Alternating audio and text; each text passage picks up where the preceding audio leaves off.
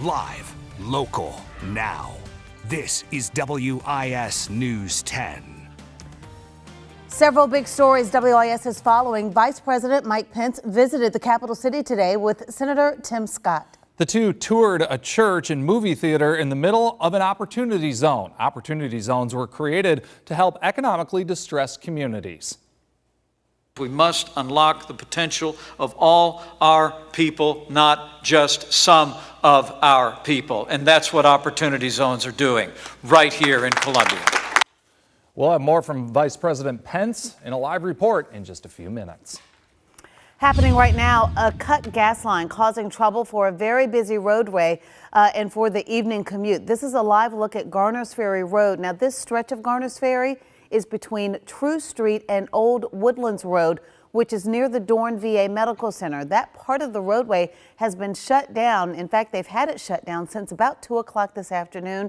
In the last update just a short time ago, the Columbia Fire Department told us it is going to take several hours to fix that problem and to give the all clear. So they are asking everyone who typically travels near or around that area in the evening commute to take a detour.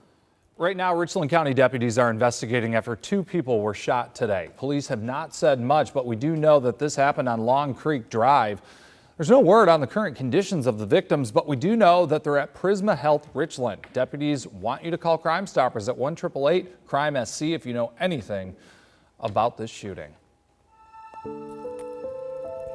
Well, another major story that we are closely following, the Columbia Housing Authority Board meeting to discuss what is being done to help all of those residents who were forced out of Allen Benedict Court apartments. We have a live look at that meeting. That is the executive director, Mr. Gilbert Walker, who is speaking there. You may remember 2 residents at Allen Benedict Court died last month due to carbon monoxide poisoning.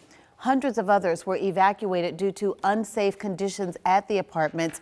Throughout the investigation, as new details have been uncovered, it was learned that there were no carbon monoxide detectors in those units, and they had a number of other serious fire code violations. Now, tonight's meeting is the first without Commissioners Bessie Watson and Jennifer Rubin. They both resigned earlier this month.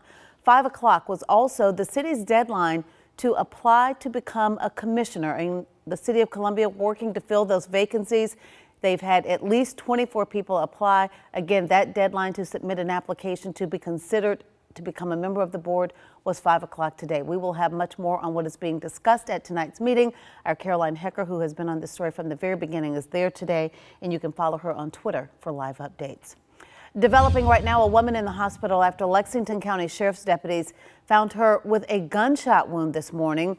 They discovered her out at Fellowship Baptist Church in Lexington. Officers say they got the call at about 7:45 this morning, and that incident put Oak Grove Elementary on a brief lockout earlier today. Our Miranda Parnell has been covering this story. Miranda, I know you are live there at the church and had a chance to speak with the pastor there today.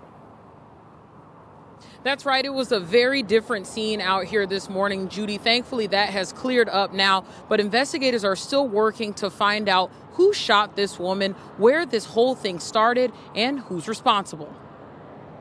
Brokenhearted, really, over the hearing that something terrible happened in our parking lot. The pastor at Fellowship Baptist Church drove into the parking lot to find this chaotic scene as investigators responded to a 911 call that led them to a woman suffering from a gunshot wound on the church property. A family and friends are going to be forever changed because of this. They're going to be hurt, and it's going to be difficult for them.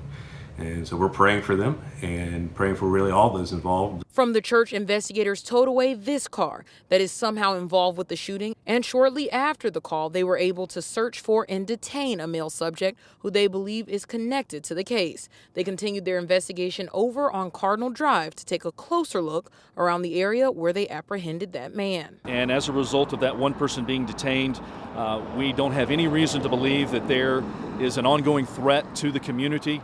We are still, however, in the investigative phase of our response here. While investigators continue to dig, the folks here at Fellowship Baptist Church are calling for some serious change to stop the violence in the Midlands. Ultimately, there needs to be a change of the human heart. And until that change happens, until that fundamental change of the heart happens, this will continue. And now law enforcement officials are asking for your help. If you know anything about what happened out here this morning or have any tips to police, they're asking you to contact the Lexington County Sheriff's Department as they continue to piece this all together. In Seven Oaks, Miranda Parnell, WIS News 10. All right, Miranda, thank you very much. Oak Grove Elementary, again, was placed on a brief lockout. Basically, they secured the school there while police searched that area this morning. Students at a Sumter County school are mourning the loss of a classmate today. The coroner says a 15-year-old girl died in a crash this morning. Zamani Fulmore was involved in a crash on West Brewington Road when the vehicle hit a tree. 2 others in that vehicle had to have surgery today. Fulmore attended Crestwood High School. At 5:30, you'll hear from a student who saw the scary moments after that vehicle crashed. Vice President Mike Pence says that South Carolina is experiencing the lowest unemployment rate in history, and that's a result of what he calls good policy. He made those remarks during a visit to the Palmetto State under the invitation of Senator Tim Scott to tour an opportunity zone as part of a program that was passed in the tax reform bill in 2017. Sam Blyweiss attended that event today and joins us live from the Meeting Place Church near Two Notch Road in northeast Richland County. Sam? Yeah, Judy, Greg, this is one of the first opportunity zones in the country. This spot right here, right off of Columbia Mall Boulevard. It's 23 acres of property, and it's in the midst of a transformation. And part of that transformation, the beginning of it, is Meeting Place Church right behind me and the movie theater right next door. The vice president got a look at all of this earlier this afternoon. This tour is part of Senator Scott's continued visits across the country to opportunity zones all over the place. Senator Tim Scott championing the opportunity zones program legislation. It is one that has bipartisan support both in Washington and here in our community.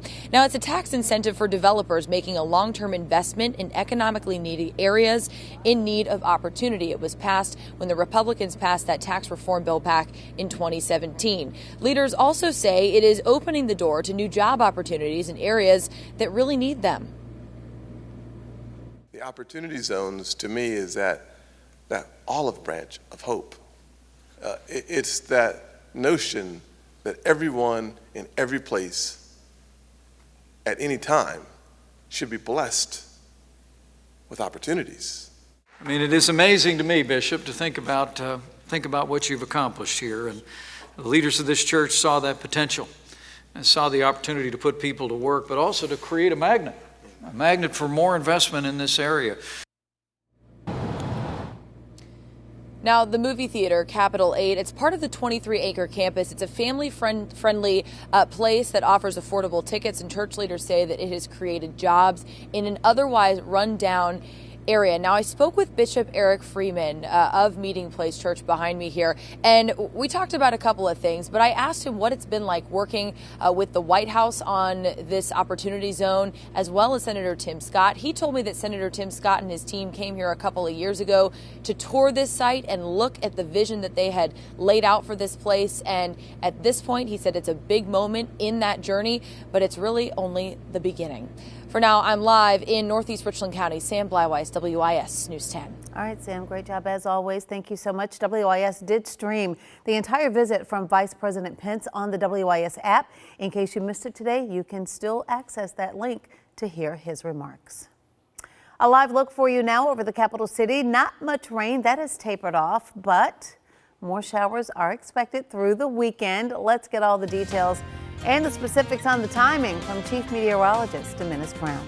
Hey, Judy, as we look at the rain chances over the next few days, you'll see them there right into the weekend, but not a complete washout. Even for tomorrow, rain chances around 60%. So here's what's happening on the satellite and radar together. You'll notice that some areas seeing clouds, other areas seeing sunshine. Saw full sunshine in areas here in Orangeburg, but some more showers over in Georgia that will eventually move into our area later tonight and early in the morning, courtesy of this stationary front to the south. So looking at Futurecast, over the next few hours, we'll see mostly cloudy skies, showers starting to move back in later tonight. Could be heavy at times. Can't rule out a rumble of thunder. This is around 5 o'clock in the morning, dealing with some scattered showers, and it will be gloomy for most of the day. So have that rain gear handy as we go into the afternoon. Check out the temperatures, though. We talked about this yesterday, that temperatures will be all over the place. 50s to the north, 60s right in the middle, 70 to the south, near 80 degrees right now in areas in Orangeburg County, even for Manning. And these numbers will continue to rise especially by Sunday, but how about this? Cool tomorrow. Now we have some sunshine to talk about in your First Alert 7-day forecast. A man accused of a road rage shooting in Columbia remains in jail today. Bond was denied for Charles Tuohy. Police say that he shot into a car with 3 people inside on I-77 near the Bluff Road exit earlier this week. A woman was injured in that shooting. Her teenage child was also in that vehicle when the shooting happened. Tuohy is now facing 3 charges of attempted murder. Today, Washington awaiting the end of special counsel Robert Mueller's Russia investigation. He's believed to be wrapping up soon, raising more questions about whether that report will be made public, and if so, how much of it. It all comes as 2 longtime confidants of President Trump are back in the spotlight today. NBC's Blaine Alexander has the details.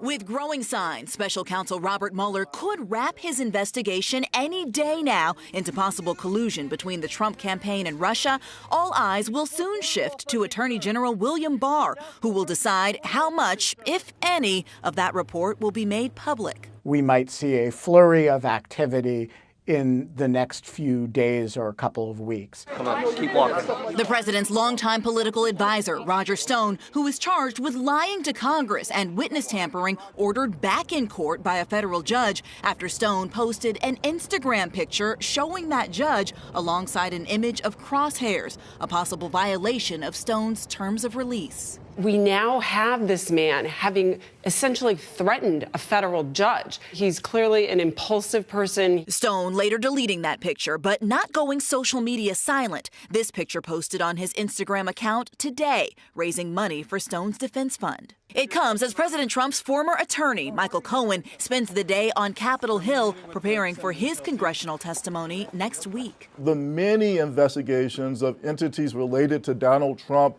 his campaign organization, his inauguration committee, all of those investigations will continue. And the president's team preparing their response to Mueller's report to be ready when that investigation concludes.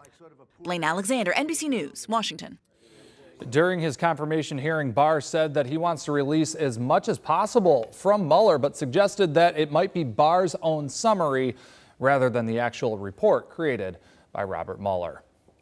Now to a shocking story that's been trending online today. Actor Jussie Smollett arrested this morning for creating a fake police report. It comes after he claimed that 2 men attacked him in a racist and homophobic rage.